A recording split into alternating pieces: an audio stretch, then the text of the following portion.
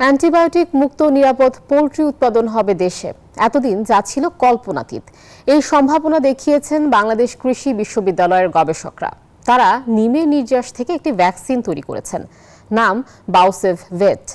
7 বছরের চেষ্টায় সফল হয়েছেন তারা।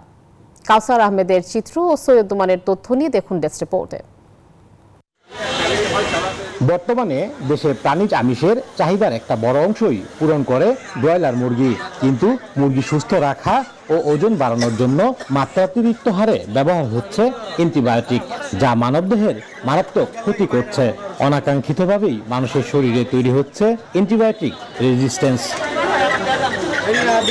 এ থেকে উত্তরণে সফলতা দেখিয়েছেন গবেষকরা। নিমের নির্যাস দিয়ে বাউসেভ ভেট নামে একটি ভ্যাকসিন তৈরি করতে সক্ষম হয়েছেন তারা।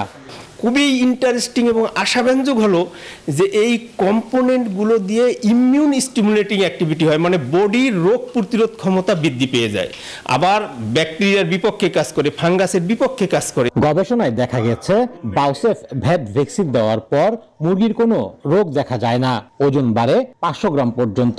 সাধারণ ব্রয়লারের তুলনায় স্বাদও বেড়ে যায়। বিভিন্ন জায়গা থেকে আমরা এটার একটা ফিডব্যাক, খুব ভালো ফিডব্যাক পেয়েছি যে খুবই ভালো টেস্ট। আর সেকেন্ড হলো যে কেন বাউসেভ ভেট আপনি ব্যবহার করবেন, এটি আসলে গ্রোথ প্রমোটিং ইফেক্ট আছে। এটি এই যে বললাম যে 300 থেকে প্রায় 500 গ্রাম ওজন পার পোলট্রি বেশি হয়। 300 থেকে 500 গ্রাম ওজন হলে 100 পোলট্রিতে কতগুলো ওজন বেশি হচ্ছে? 30-40 কেজি ওজন বেশি হয়ে যাচ্ছে। পরীক্ষামূলকভাবে বিভিন্ন খামারে বাউসেভ ভেট ব্যবহারে ফলাফল সন্তোষজনক বলে জানান এই গবেষক। এটা ডে 1 থেকে ডে 25 পর্যন্ত কৃষকরা ব্যবহার করতেছেন। তো সেই ক্ষেত্রে দেখা যাচ্ছে যে এটার বিকল্প হিসেবে অন্য কোনো অ্যান্টিবায়োটিক, অন্য কোনো ওষুধ এগুলো ব্যবহার করার প্রয়োজন পড়তেছে না। এই ভ্যাকসিন বাজারজাতকরণে প্রাণী সম্পদ অধিদপ্তর সহ বিভিন্ন বেসরকারি প্রতিষ্ঠানের এগিয়ে আসা উচিত বলে মনে করেন গবেষকরা। সৈয়দ নোমান, নিউজ 24, ময়মনসিংহ।